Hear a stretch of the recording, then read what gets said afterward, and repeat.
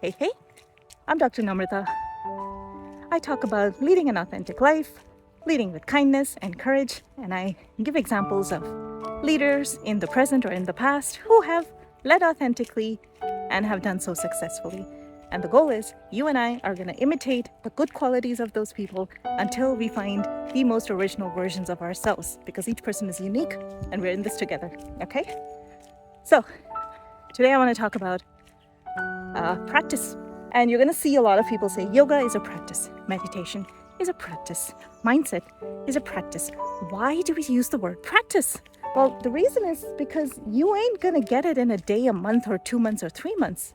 But you will keep facing situations that will allow you to practice the mindset that you want to become. Okay? And it's going to take time. The way you do that is first you have to become acutely aware of your bad habit. You're doing something that needs to be changed. If you want to become a more authentic version of yourself, what that usually means is you're going to remain kind. You're not going to stay cynical, right? You're not going to become cynical. No criticism. You're going to stay kind. You're going to talk less. Practice. You're going to be respectful to people until they prove otherwise, right?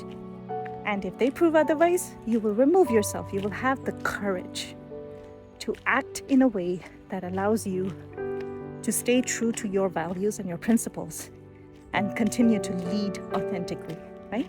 Practice your values, practice your principles, allow people to see that you're practicing it, and stay true to yourself no matter what, right? So naturally that sounds very heavy. It's not for most people. If you're one of them, scroll on. You don't have to see this video. But if you do want to get there, then stick around, because today I wanted to talk about practice. So practice means there's a thing that you're doing over and over again which you don't like and you know it's wrong and you want to change it. Life, interestingly, and this is where it gets spiritual almost, the universe interestingly will keep putting you in situations where the cycle will keep repeating itself. And what they're trying to tell you, the ethers, is that, do you get it?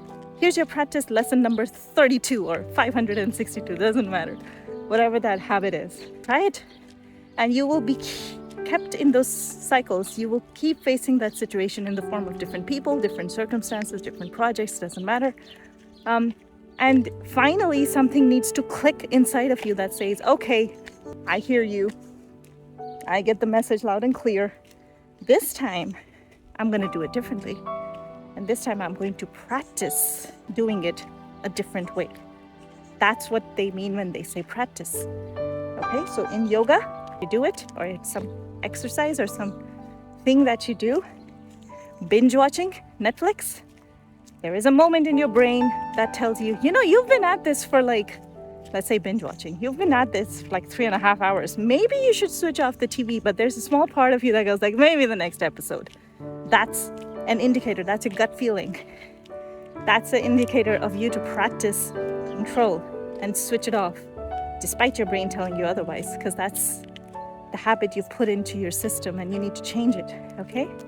So these little inklings of information that your brain and your body is giving you to stop something and do something different. Practice is you starting to listen to those hints and then actually doing it, okay? So practice, practice, practice until you break the cycle and you develop into a more authentic, kind, respectful, and courageous version of you. Okay? So with that, I wish you a great day. Love you.